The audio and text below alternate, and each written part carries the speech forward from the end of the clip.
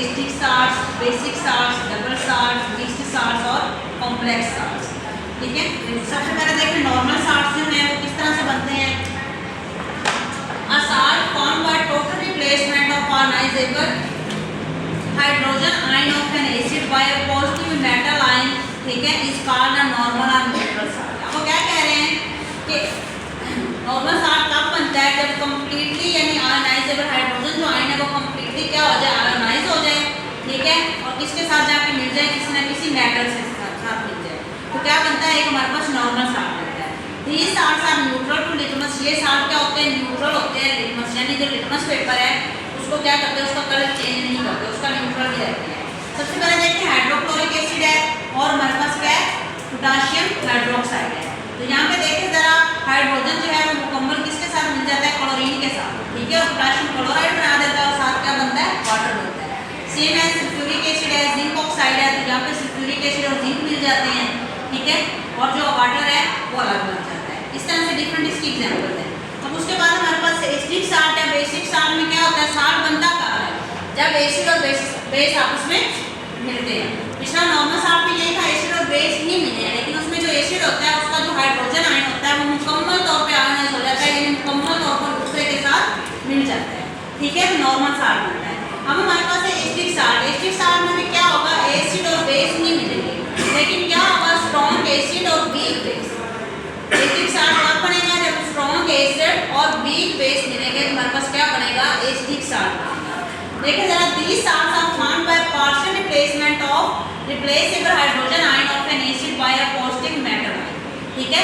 जब क्या होगा, एक तो पार्शियली रिप्लेसमेंट होगी, उधर क्या था, मुकम्मल कंप्लीटली आयनाइज हो जाएगा हाइड्रोजन आयन, लेकिन यहाँ पे क्या होगा, पार्शियली यानी थोड़ा बहुत होगा, ठीक है। तो यहाँ पे देखिए सल्फ्यूरिक एसिड है, पोटाशियम ऑक्साइड है, तो यहाँ पे क्या हुआ है, आप देखें कि जो हाइड्रोजन है वो एक इसके साथ मिल गया और एक में जाके क्या बना दिया, वाटर बना दिया, ठीक है। तो यहाँ पे क्या हुई है, पार्शियल रिप्लेसमेंट हुई है।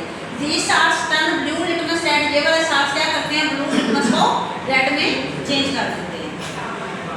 नेक्स्ट देखिए हमारे पास क्या है, acidic salts react with bases to form normal salt. यही जो एसिडिक साल्ट्स होते हैं ये दोबारा बेस के साथ मिलकर क्या बना देते हैं, नॉर्मल साल्ट बना देते हैं, ठीक है। उसके बाद देखें बेसिक साल्ट है। बेसिक साल्ट में क्या होगी, स्ट्रॉन्ग बेस और वीक एसिड। बेसिक साल्ट कब बनेगा, जब स्ट्रॉन्ग बेस और वीक एसिड मिलेगा, तो हमारे पास क्या बनेगा, basic salt. Basic salt are formed by incomplete neutralisation of polyhydroxy base by an acid, ठीक है। इनकम्प्लीट न्यूट्रलाइजेशन यानी जो हाइड्रोक्साइल आयन हमारे पास होगा, वो एक जो आयन होगा वो क्या होगा, इनकम्प्लीटली आयनाइज होगा, ठीक है, मुकम्मल तौर पर आयनाइज नहीं होगा, ठीक है। तब हमारे पास क्या बनेगा, बेसिक साल्ट बनेगा। इसकी भी एग्जांपल्स दी हुई हैं।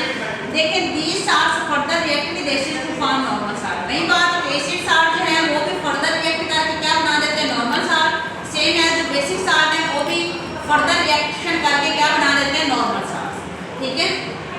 उसके बाद देखिए डबल साल्ट। अब डबल साल्ट में क्या हो गया, दो नॉर्मल साल्ट मिलकर क्या बनाएंगे, double salt. Double salts are formed by normal salts when they are crystallised from a mixture of a equal molar saturated solution, यानी दो सॉल्यूशन हम मिलाएंगे साल्ट्स के इक्वल अमाउंट के, ठीक है। तो हमारे पास क्या बनेगा, नॉर्मल, दो नॉर्मल साल्ट को मिलाएंगे इक्वल अमाउंट में, हमारे पास क्या बनेगा, डबल साल्ट बनेगा।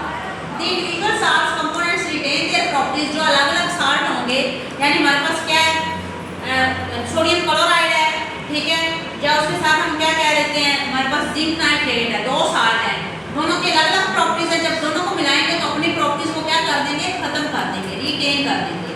The anions and cations give their respective test, ठीक है।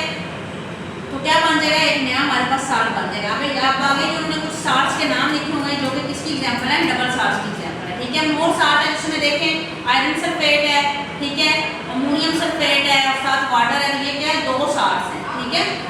दो नॉर्मल साल्ट मिलकर क्या बनाते हैं, डबल साल्ट बनाते हैं, जिसमें जो हर एक साल्ट अलग अलग होता है वो अपनी प्रॉपर्टीज खत्म करके एक नई प्रॉपर्टीज का साल्ट बनाते हैं। मिक्स्ड साल्ट देखें। Mixed salts contains more than one basic और एसिडिक रेडिकल्स, ठीक है। इसमें एसिडिक और बेसिक जो रेडिकल्स होते हैं वो क्या होते हैं, ज्यादा होते हैं। इसकी एग्जांपल क्या है, ब्लीचिंग पाउडर है, ठीक है, is an example of A mixed salt. Complex salts कौन से हैं, complex salts on dissociation provides a simple cation and complex ion, ठीक है। ये क्या करेंगे, जब डिसोसिएट होंगे यानी जब इनका ब्रेक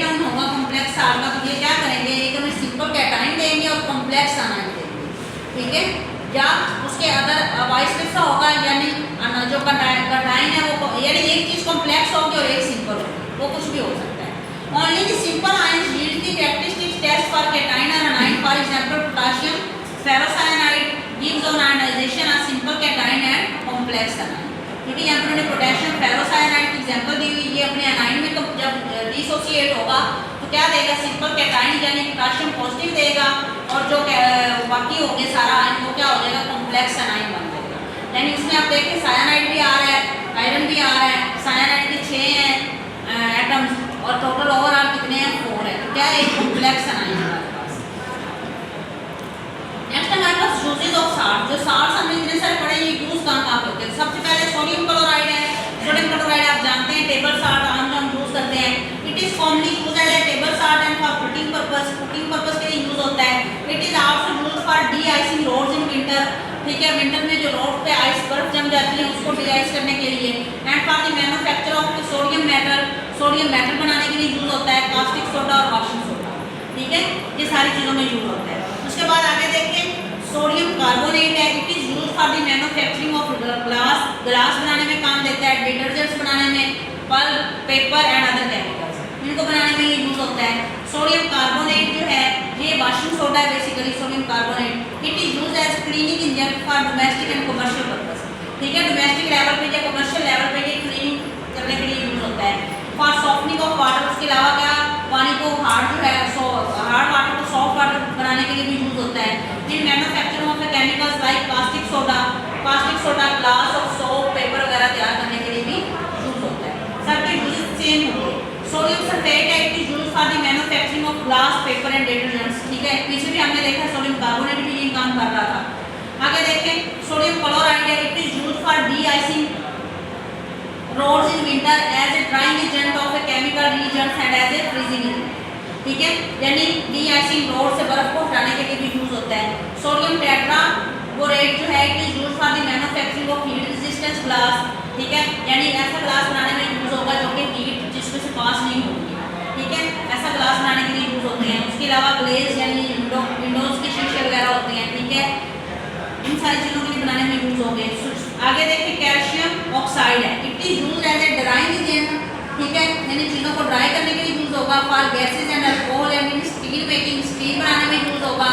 वाटर ट्रीटमेंट में यूज होगा, ठीक है, bleaching powder, purification of sugar, sugar को प्योर करने के लिए, mixture of a calcium oxide, ठीक है, and sodium hydroxide called soda lime is used to remove carbon dioxide and water vapours from air, ठीक है, हवा से कार्बन डाइऑक्साइड और वाटर वेपर्स को रिमूव करने के लिए भी यूज होता है। कैल्शियम सल्फेट है, gypsum is used as a fertiliser, ठीक है, ये क्या होगा, जो है हमारी फसलें उनमें खाद एज ए मतलब खाद के तौर पर, ठीक है, केमिकल की यूज होगा। To prepare plasters of Paris which is used for the making statues cast, ठीक है, ये स्टैचू वगैरह जो बनते हैं प्लास्टर्स वगैरह के, ठीक है, उसको बनाने में यूज होगा।